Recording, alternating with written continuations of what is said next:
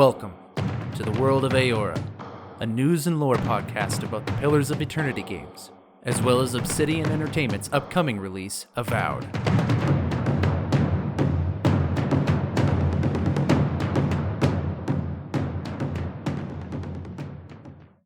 Hello everybody and welcome to another episode of the World of Eora. I'm your host Eric, aka Gingerino. Thank you so much for joining me on another episode as we dive into the history, lore, and game mechanics of the Pillars of Eternity games as we gear up for the release of AVOWED. For those wondering why we pair all those games together, it's because they share the same fantasy world known as Eora. And so we're going to dive into Pillars of Eternity and look at all that stuff so we can understand the world that AVOWED is going to be taking place in. We can walk into this new game with a full understanding and a full breadth of knowledge of what's going on in the game, have a deeper impact with the stories and the characters and whatnot. Today, we're going to be doing a second part of a series on the Huana peoples that are from the Pillars of Eternity 2 game. That's the Pillars of Eternity 2 Deadfire. So, I covered in the last episode that in Pillars of Eternity 2 Deadfire, there are 4 major factions that kind of are interplaying in that game. One of which is the Huana culture and the Huana peoples. They are an ancient culture of people that were at one point very, very powerful. Were one of the superpowers of the world, but now they are just merely a set of tribes that live on islands in this archipelago known as the Deadfire. They have a sort of similar government from island to island, but they generally operate within their own localized kind of system. We talked about the religious caste system that exists there, the kind of the upper class, middle class, and lower class, and how they all operate and how their culture works. So if we're going to get into today's episode, perhaps consider listening to Huana Part 1, and then that'll kind of lay the foundation for what's going on here, but I'll fill the knowledge gaps in as we go. As well, in Pillars of Eternity 2 Deadfire, there are 3 other factions, which we'll go over on some other episode in the future. There are the 2 merchant party classes, which would be the Valian Trading Company and the Royal Deadfire Company, each from their own empires, one being the Valian Republics, and the other one being the Rauatai, which are actually ancient distant cousins of the Huana people. And the last faction being the pirate faction, of course, that exists within an archipelago within the world, the Principi Sen Patrena. So we'll talk about those in its own episode, but today we're going to finish talking about the Huana peoples. We're going to dive more into their actual culture today. We're going to be talking about their values and things that they like and things that they don't like. We'll maybe get into some of the key figures in their history and stuff like that. Almost all the information I have is going to be coming from the Pillars of Eternity Guidebook Volume 2.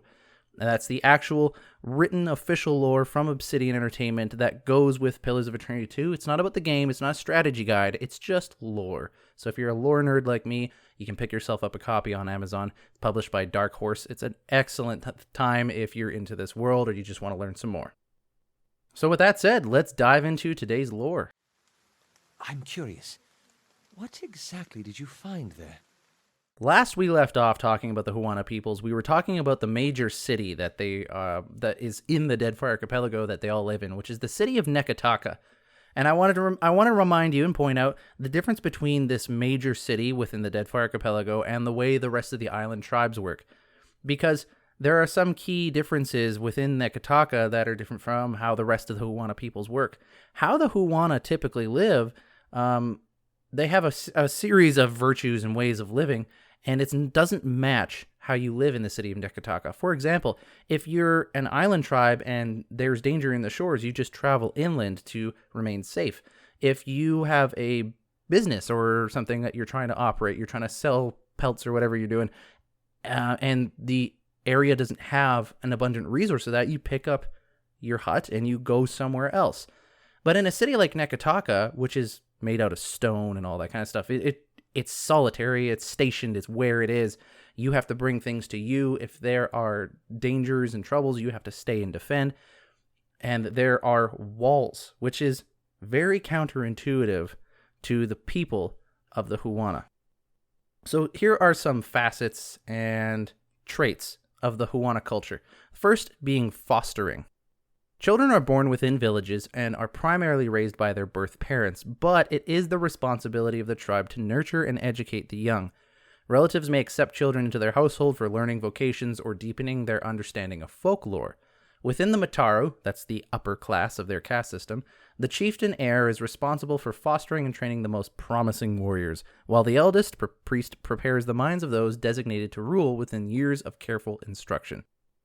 So this gives you an idea of how they do their child rearing as a community and as a culture. And it's still assumed that the mom and the dad do a lot of the legwork, but that it is definitely a community effort, which I think is one of the best ways of doing it, in my personal opinion.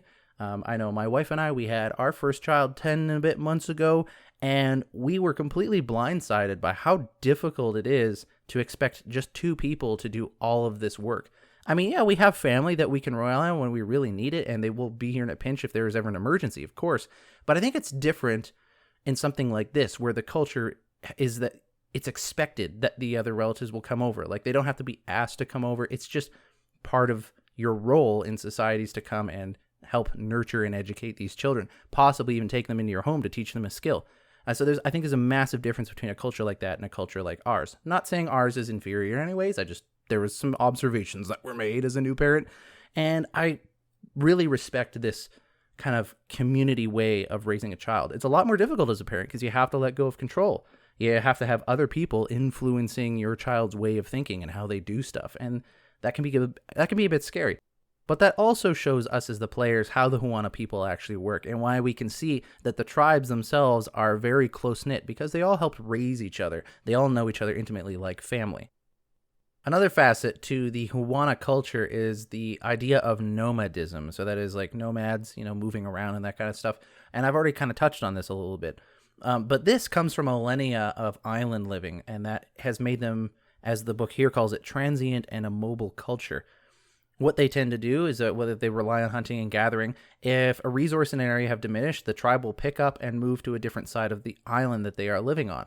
If the island is depleted, they will actually move to a completely other island and allow that island they were on before to replenish its resources. So they'll kind of cycle through an area in the archipelago, letting nature run its course so that it can kind of bring these resources back for when they go there. So you'll see the Huana doing this. If living in a particular spot is not providing what they need as a peoples, then they will just pick themselves up and they will go somewhere. If there is a threat that is in the area, they'll just pick themselves up and move somewhere else. As a result, things made with stone or things made with any sense of permanence is not very common. And you'll see this when you're going into Pillars of Eternity 2 Deadfire. You see a lot of these island tribes. They have grass and wooden huts, things that can be taken down easily or abandoned, without much care, and can be set up again very quickly. You won't really see a lot of stone buildings and stuff like that. I mean, obviously you will see some of that because when you as a player character enter into the game, you're in this kind of new time where you have these other people from other nations and cultures coming in and influencing the tribes.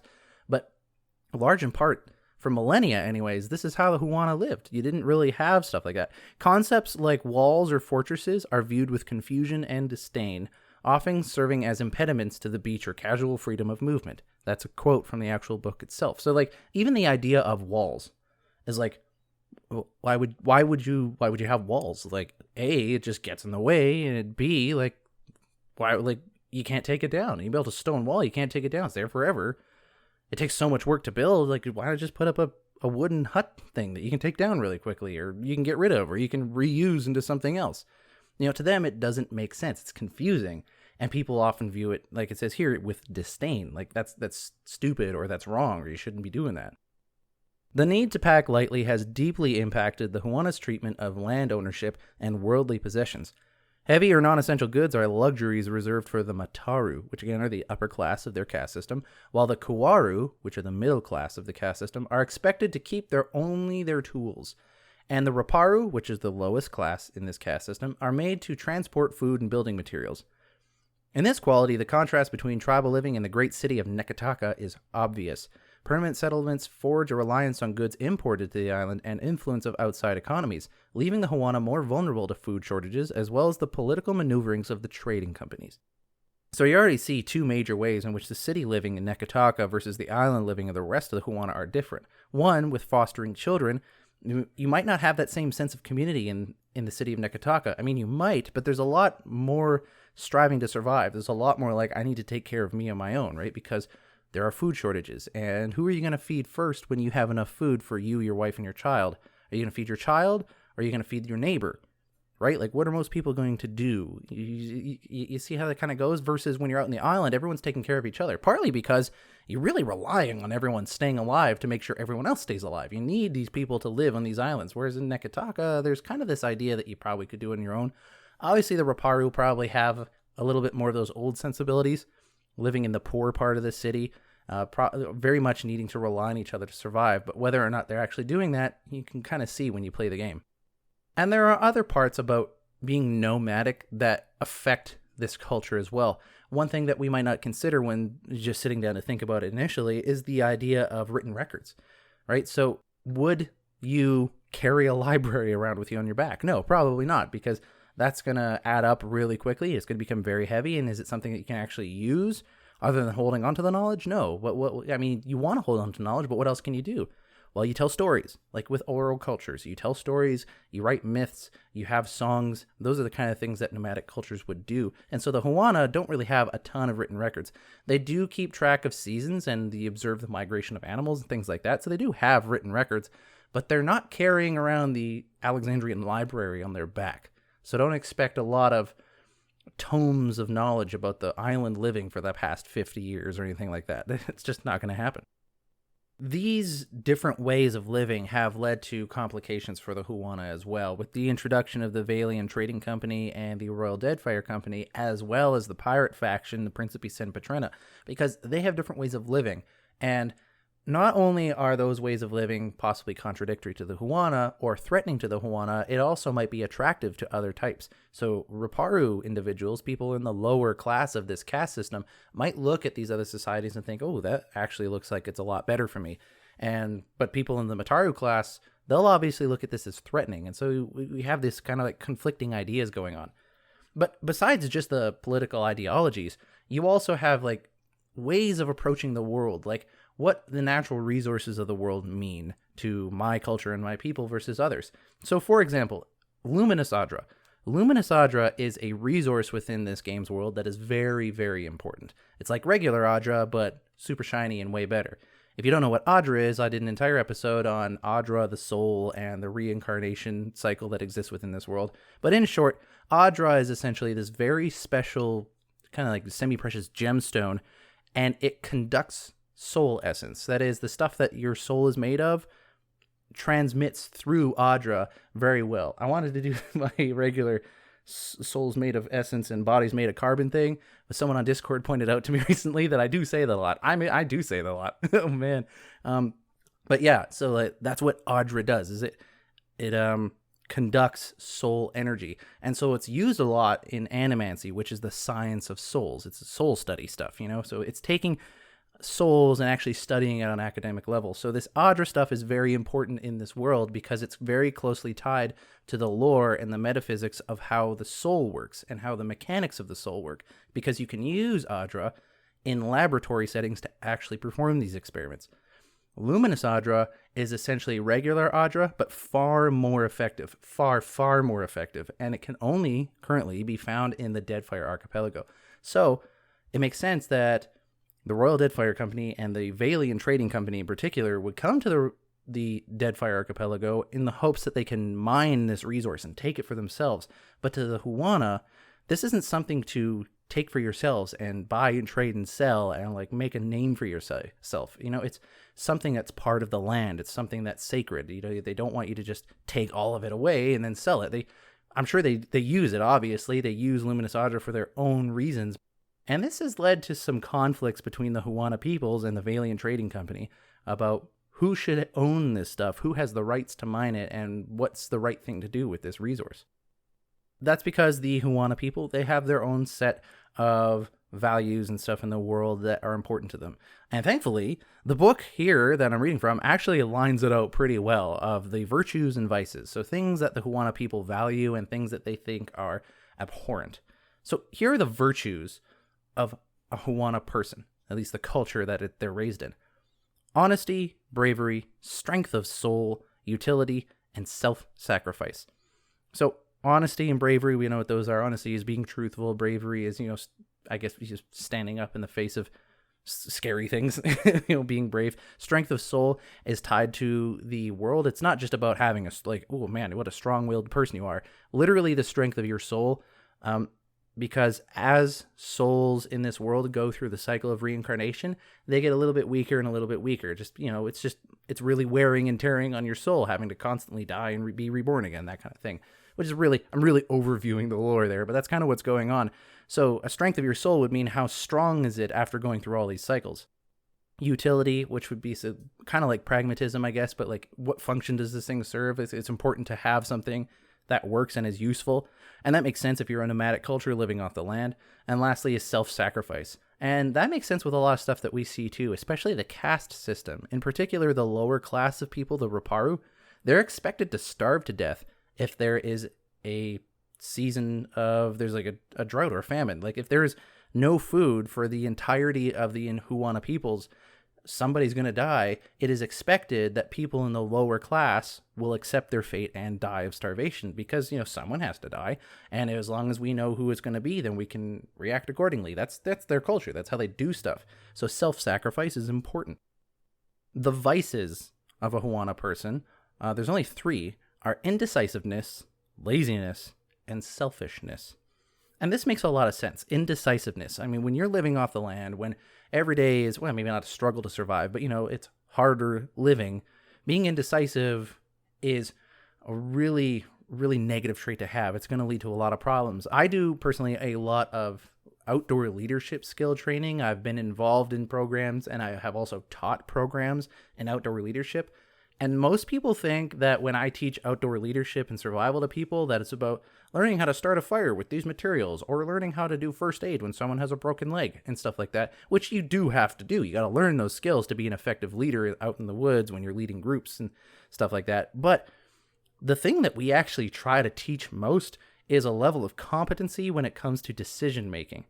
We don't try to tell you what the right decision is. We don't try to tell you have to make this choice in this scenario. What we try to do is we try to educate you on the scenarios you're going to be in and then put you into practice situations, simulated situations, and see what decisions you make, and then you have to think upon them.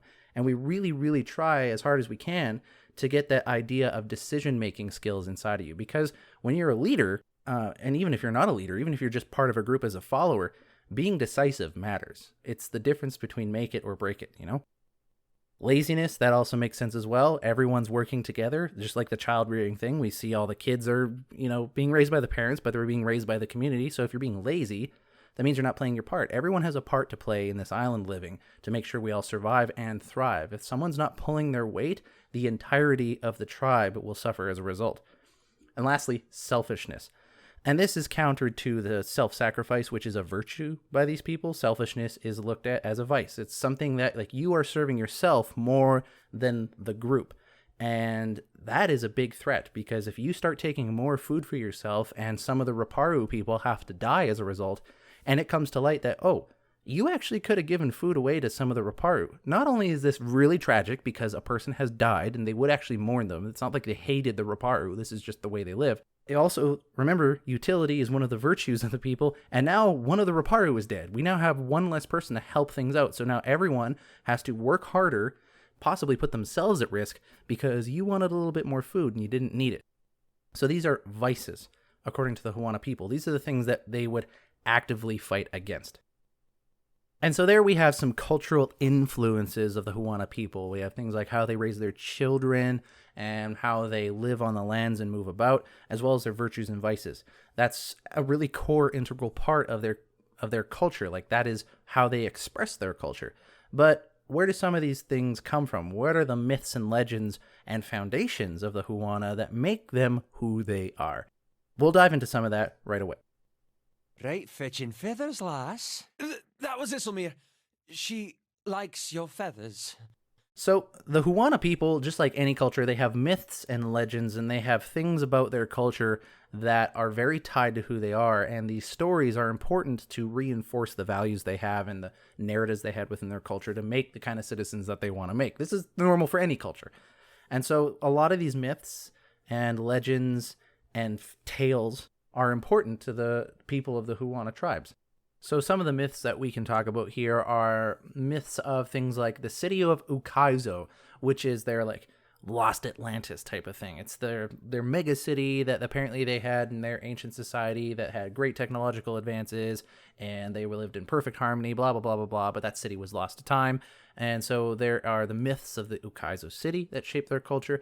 There's also things to do with the gods, such as something called Ngati's Chosen, which is how they interpret the existence of the godlike race, which I'll talk about in a little bit. As well, there are things about creation and life and death, so they have their own creation myth about how the world came to be, and they have their own idea on death and how that operates, and we'll dive into those myths and legends right now. So the first myth of the Huana that I want to look at is the city of Ukaizo, which stands to be the great island paradise, the mega city of their culture back when they were a superpower. Now, again, I'm going to reiterate, a lot of this is coming from their tales and legends and stuff like that, so I'm not going to tell you how much is real and how much is not, if any. That's something you can learn about from playing the game. I will bring it up if it's relatable to the lore, and I'll give spoiler warnings if there's anything to worry about. But there are ruins throughout the Deadfire archipelago that point to the fact that the Huana people once used to live in a far more advanced state than they do now, rather than just being nomadic on their island, and they have like a kind of one government that they sort of abide by, but each island is actually doing its own thing. Apparently they had a centralized government. Like, that's what these ruins are pointing towards, is this one nation, this one culture of the Huana peoples that lived in peace and harmony amongst the islands of the Deadfire archipelago. And the center point, the main location that was the hub for all of Huana culture and society and everything, was the city of Ukaizo. Now, most people that come to the Deadfire archipelago that aren't Huana don't really believe that Ukaizo exists. They think it's just a way for the Huana people to justify how much they cling to the past. Because the Huana people will very often talk about, before the great cataclysm that destroyed our culture and made the way we are, we believed X, Y, and Z, and that's why we need to return to these traditions or embrace this way of living. That's how they hold on to the past. And a lot of people just think that the city of Ukaizo is this kind of pinnacle idea that they use to hold on to that.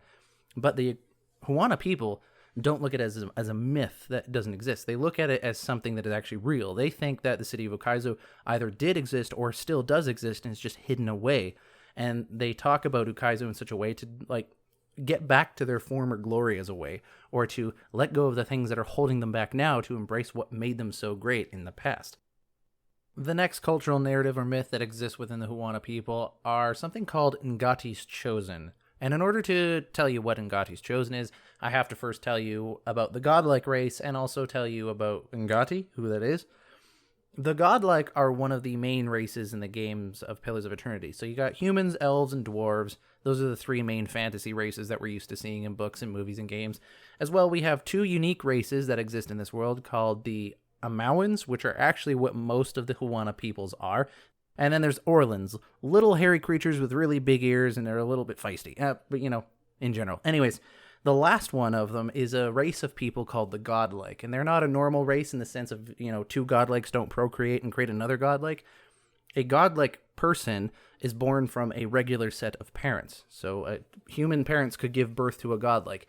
All a godlike is basically a baby that was blessed while in the womb, and they are now born with physiological traits that mirror that of the godlike. So depending on which deity, you know, like the deity of fire, for example, blesses the baby, will determine what the baby looks like. So they might have fire for hair, or they might have sparks flowing out of them, they might have lava on their skin, whatever it is, right? So that's where a lot of these really cool fantasy elements get brought into the godlike. In the Huana culture, when a godlike is born, they are viewed as a omen or a message from one of the gods in particular, right? They're not thought of as prophets in the sense of like, this godlike person has a direct connection to the god and can tell us what the god is saying. It's more that the god is using the actual person themselves as the message, right? It's almost like they are the living message of it. So, Mataru class priests will heavily scrutinize the birth itself, the baby that is born, the parents, the circumstances of the birth, the immediate environment around them, things that are going on with the weather, what the big political machinations of the world are. They will scrutinize everything around this infant's birth to determine whether or not the omen is positive or negative, to learn whether or not the message from whatever this god is a good message or a bad message. As well as this of delivering a message of cultural upheaval or some big change or some horrible catastrophe coming in, whatever the message is that these priests infer. On top of that, these godlike are often born into some sort of life destiny. So part of the interpretation on the priest part will be to determine what the purpose of this godlike's life will be. So if it has something to do with making crops, then that means this person will now be solely dedicated to just learn about planting and learn about agriculture for their entire life. Which means that if you are born as a godlike in the Huana culture, your life is pretty much laid out in front of you. And if you're going to remain in this culture, if you're going to remain with these people, you have to follow that life to a T.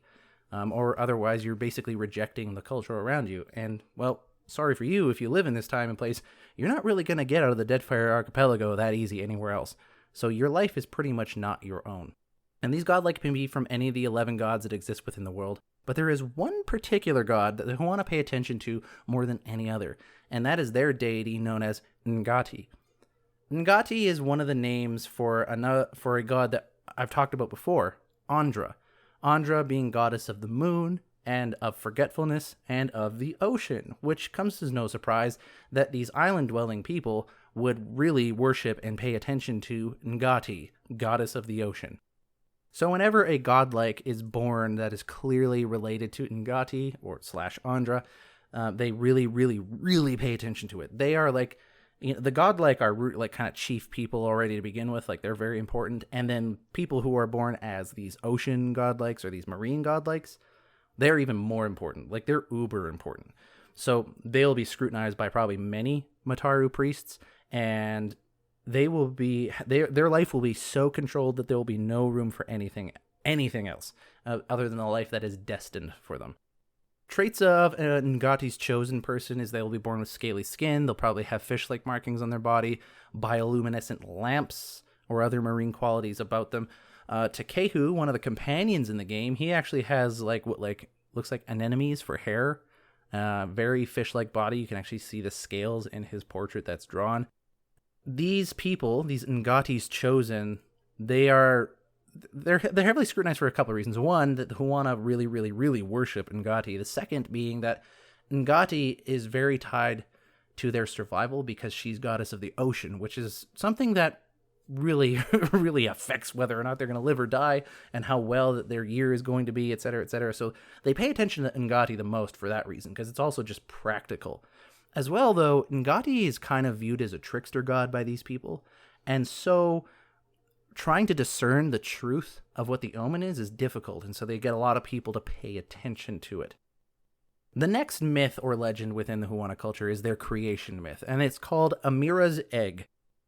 Amira is, as far as scholars within the Eoran world can determine, is the closest analog to another god that is known from the first Pillars of Eternity game as Hylia. So Hylia, as we know her from the first game, is one of the deities that exist within this world, and the Huana people know her as Amira.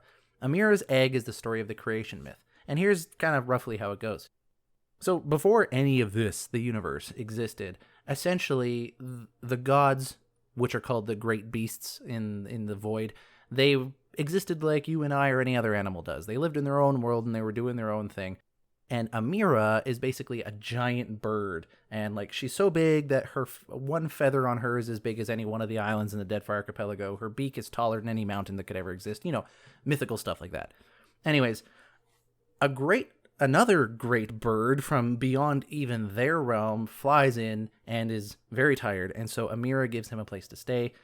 And if I'm reading this right, essentially they mate.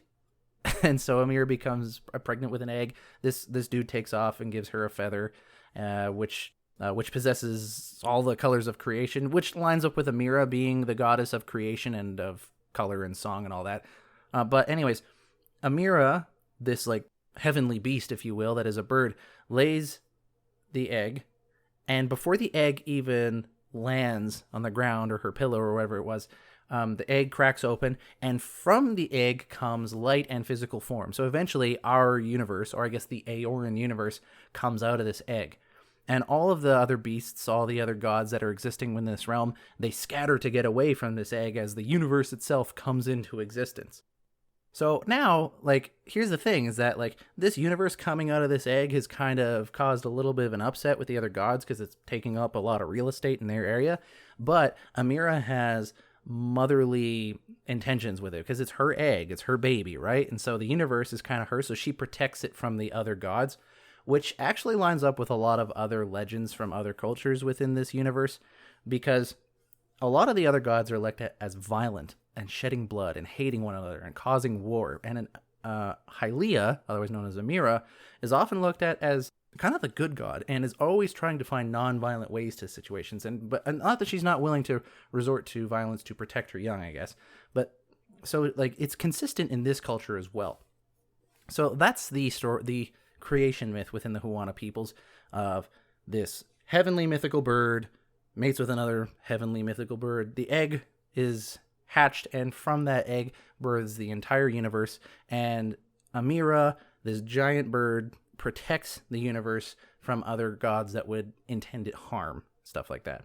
That's kind of the short form of how it goes. The last myth that I want to go over is called Rikuhu's Bowels, and in my opinion, this is one of the most interesting aspects of this Huana culture that Obsidian Entertainment has made for us. So thanks, Obsidian, for giving me all this geeky, nerdy stuff to just absolutely go bonkers over. So Rikuhu is the Huana equivalent of another one of the deities that we know from the first Pillars of Eternity game, known as Berith. Berith is the goddess/god of death, doors, cycles, portals, etc. And in the Huana culture, Berith, or Rikuhu, is explained by the existence of two eels, one called Kahopa and the other one called Tangaloa. So going off of the creation myth of Amira's egg hatching and the universe coming out, Amira is protecting the universe, but she can't do it all on her own. And these two eels that exist, one being Kahopa, one being Tangaloa, they are becoming more and more hungry. And despite Amira's protestation, they decide that they're going to start consuming the very world itself. But even that isn't enough to satiate their hunger. And so they decide to start eating each other. And so you have these twin eels that are eating each other at their tail. And so they're constantly consuming each other, but then that means they still exist somehow. And it's like, it's this weird imagery. It's kind of like an Ouroboros, except there's two of them. And it's this weird imagery of life and death and the cycle of reincarnation that exists within this world. Because as I mentioned, Eora runs on a cycle of reincarnation. You die, your soul leaves the body, goes to the afterlife, we're going to say, and then after a while comes back and enters into a new body, and boom, there you have a new person. And that cycle just goes on and on and on and on. And this cycle is represented by Rikuhu, and more specifically Rikuhu's bowels, which is the idea of dying and then coming back. That's how they explain it with this myth. That's how they explain the reincarnation cycle, is that you are alive, so you're in Kahopa, but then the death eel, I can't remember if this is the death eel, but Tangaloa then will eat the life, and then boom, you are now living in the dead world, right? So now you're in the dead world, but then along comes Kahopa again and starts eating the dead world, and along with it enters you back into life again. So you're constantly either entering into the bowels of Kahopa or Tangaloa. So you're constantly entering into life and then into death and then into life and then into death again. That's how it works. That's the image that they use. And they use this in their religious sermons and whatnot. And a lot of Huana people, they don't fear death just like a lot of people do in this world because of these kind of imageries and these understandings. Although this gives the Huana a unique perspective theologically about like, well, what would happen if we could get rid of these eels and our souls could then just enter into the great void where the other magical beasts and gods are? Would we live in paradise there? That's a unique kind of thing that they can consider. And that's all the myths and legends that I actually want to go over today. There is more to cover in the book, but I'm already kind of pushing the 40-minute boundary, and I really don't want to go too much longer, especially now that I'm doing weekly content. I think we've gone over enough today. I think we've covered a lot. We've covered some of the values and virtues that the Huana people like, how they raise their young, how they're nomadic around the islands, some of the myths and legends that exist from there. We didn't really talk about any of the like saints that exist within their history that are very important. Perhaps I'll cover one of those in a bonus episode after this. But yeah, I think I'll do that for the Huana today, part 2. Thanks everyone for listening. But before we jump off, let's ask ourselves, is any of this going to show up in AVOWED? Is an oath worth the weight of a crown? Now, I talked about this a little more in the last episode because we're discussing the same topic, that is the Huana people. And if you want to hear my thoughts on whether or not the Huana are going to be in Avowed, you can go listen to that episode. Long story short, I don't really see it happening. There might be a reference. There might be one small interaction, but I highly doubt it's going to happen. But there's always a chance. But as for these things in particular, the thing that I want to bring up is that Obsidian is very good at selling you a realistic and lived-in world. And even their recent release, Grounded, where you're just a teenager who's really tiny and stuck in someone's backyard trying to get big again, like, they sell that world. They really make it feel like a backyard, and they really sell you the narrative of what's going on. Obsidian are masters at this kind of thing. And so while I'm not going to talk about the Huana again, I'm looking at all of this lore that is written down in this book that you, the player, might not even known was out there. This is an entire book of information about this culture, some of which you can only read in this book. And they took the time to write it down because this is a passion project for them. Like, they care about this stuff. Yes, you get a lot of this information from the game. Yes, if you go looking for it, you can infer a lot of this stuff. But there are specific stories about specific characters in the past that you're not going to find in the game. You can only find in a book. And how many people even knew the book existed in the first place? Like, I love that Obsidian put so much work into that. And I'm expecting the same thing for Avowed, that they're just going to go absolutely bananas with the lore and with the stories. Now, I don't know the team that's running Avowed.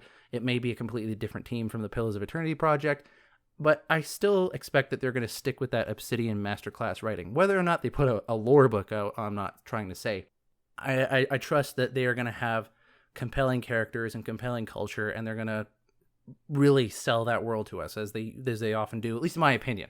I'm kind of a fan of Obsidian, if you couldn't tell, so, no surprise there. But anyways, that's the only thing I'm going to say about Avowed, is that personally, I'm expecting a great representation of the cultures that exist and making it feel real and giving you like that lived in reality of this fantasy world that you can dive into it and make a whole podcast out of it, as is evident here. So with that said, that's everything for today's episode. Thanks everyone for joining me on this 40-ish minute talk about the second half of the Huana culture. I hope that you enjoyed it. I hope that this gave you some inspiration for your own tabletop games. I hope this made you want to replay Pillars of Eternity 2, Deadfire, or play it for the first time.